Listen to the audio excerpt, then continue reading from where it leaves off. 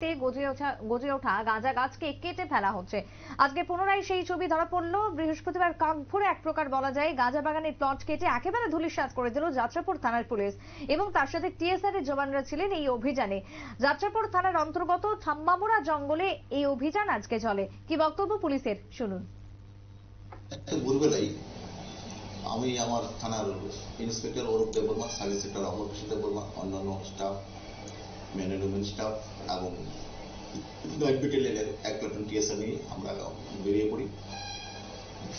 আমরা ছোট গাড়ি নিয়ে বেরিয়েছি, বড় গাড়ি যাওয়ার এখানে রাস্তা নেই।